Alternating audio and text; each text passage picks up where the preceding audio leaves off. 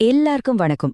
ஒரு 2000 வருஷத்துக்கு முன்னாடி எழுதின ஒரு விஷயம் இன்னைக்கு இருக்கிற நம்மளோட இந்த டெக்னாலஜி உலகத்துக்கு ரொம்பவே முக்கியம்னு சொன்னா நம்புவீங்களா? ஆமாங்க, நாம இன்னைக்கு பார்க்க போறது திருக்குறள்ல இருக்கிற அறிவுடைமை பத்தி தான். ஒரு ஷார்ப்பான மைண்டுக்கு தேவையான அந்த பழங்கால ரகசியங்கள் என்னன்னு ஒன்னொன்னா பார்க்கலாம் வாங்க. யோசிச்சு பாருங்க, ஒரு நாளைக்கு எவ்வளவு இன்ஃபர்மேஷன் நம்ம கண்ணு முன்னாடி வருது. சோஷியல் மீடியா, நியூஸ், வாட்ஸ்ஆப்னு தலை சுத்திடுது இல்லையா? ஆனா இந்த மாதிரி கொற்று இன்ஃபர்மேஷனுக்கும் உண்மையான ஞானத்துக்கும் நடுவுல ஒரு பெரிய கேப் இருக்கு. அந்த ஞானம் அதை எப்படி கண்டுபிடிக்கிறது? அதுக்கு தான் இந்த அலசல். சரி, நாம என்னென்ன விஷயங்களை பார்க்க போறோம்னு ஒரு சின்ன ஓவர்வியூ.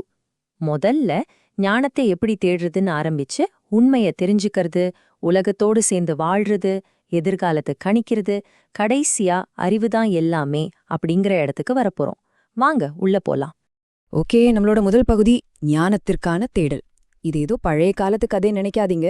இன்னைக்கு நாம தேடிட்டு இருக்கிற அந்த கிளாரிட்டி, அந்த உண்மையான ஞானம், அதுக்கான வழிய திருக்குறள் எப்படி சூப்பரா சொல்லுதுன்னு தான் இங்க பார்க்க போறோம். சரி, தேடல ஆரம்பிச்சிட்டோம்.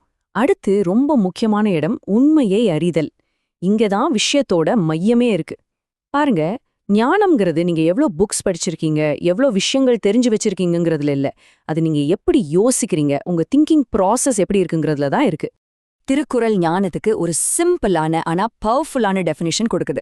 அது என்னன்னா, நம்ம மனசு இருக்கே, அது பாட்டுக்கு கண்ட வழியில போகும். அப்படி தப்பான அழிவான பாதையில போக விடாம தடுத்து நல்ல வழியில அதை கொண்டு போற அந்த ஒரு உள்மன சக்தி தான் ஞானம். இதுதான் ரியல் பவர். இந்த குறளை பாருங்க. எப்பொருள் யார் யார் வாய் கேட்பினும் அப்பொருள் மெய்ப்பொருள் காண்பதறிவு. அடடா, என்ன ஒரு வரி! சிம்பிளா சொன்னா, யார் என்ன சொன்னாலும் சரி, அது எவ்ளோ பெரிய ஆளா இருந்தாலும் சரி, அவங்க சொன்னதை அப்படியே காதால வாங்கிட்டு நம்பிடாதீங்க. அதுக்குள்ள இருக்கிற உண்மை என்ன, அதோட மெய்ப்பொருள் என்னன்னு ஆராய்ந்து பாக்குறது தான் உண்மையான அறிவு. இதுதாங்க கிரிட்டிக்கல் திங்கிங்கான அல்டிமேட் லெசன். இங்க பாருங்க, இந்த ரெண்டுக்கும் இருக்கிற வித்தியாசத்தை சும்மா கேட்கறதுக்கும் மெய்ப்பொருள் காண்பதற்கும்.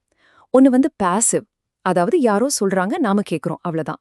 ஆனா இன்னொன்னு ஆக்டிவ், நாமளே இறங்கி ஆழமா அனலைஸ் பண்றோம். ஒன்னு மேலோட்டமா இருக்கு, இன்னொன்று கேள்வி கேக்குது. இதுதான் ஞானத்துக்கும் வெறும் தகவலுக்கும் இருக்கிற வித்தியாசம். ஓகே, இப்போ வரைக்கும் நம்ம மனசுக்குள்ள ஞானம் எப்படி வேலை செய்யுதுன்னு பார்த்தோம்.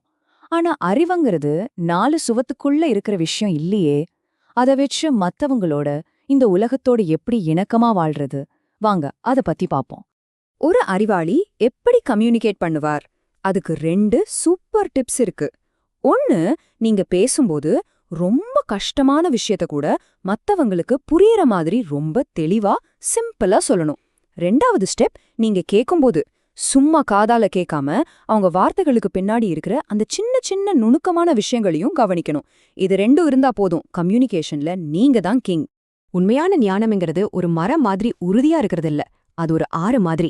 எப்படி ஆறு அது போற வழியில இருக்கிற வளைவுகளுக்கு ஏத்த மாதிரி வளைஞ்சு போகுதோ, அந்த மாதிரி இந்த உலகம் எப்படி இருக்கோ அதுக்கேத்த மாதிரி தன்னை மாத்திக்கிட்டு உலகத்தோட போக்கியலை இணக்கமா வாழ்றதுதான் உண்மையான அறிவு. பிடிவாதமா நிக்கிறது அறிவில்ல, அடாப்ட் பண்ணிக்கிறது தான் அறிவு. சரி, ஞானத்தோட அடுத்த லெவல் பவர் என்ன தெரியுமா? அதோட ஒரு சூப்பர் பவர்னே சொல்லலாம். அது எதிர்காலத்தை கணிச்சு ஆபத்து வர்றதுக்கு முன்னாடியே நம்மள நாமளே பாதுகாத்துக்கிறது. பொதுவா நாம பயம்னா ஏதோ ஒரு வீக்னஸ்னு நினைப்போம். ஆனா இங்க பாருங்க, திருவள்ளுவர் என்ன சொல்றாருன்னு, எதுக்கெல்லாம் பயப்படணுமோ அதுக்கெல்லாம் பயப்படுறது தான் ஞானம்.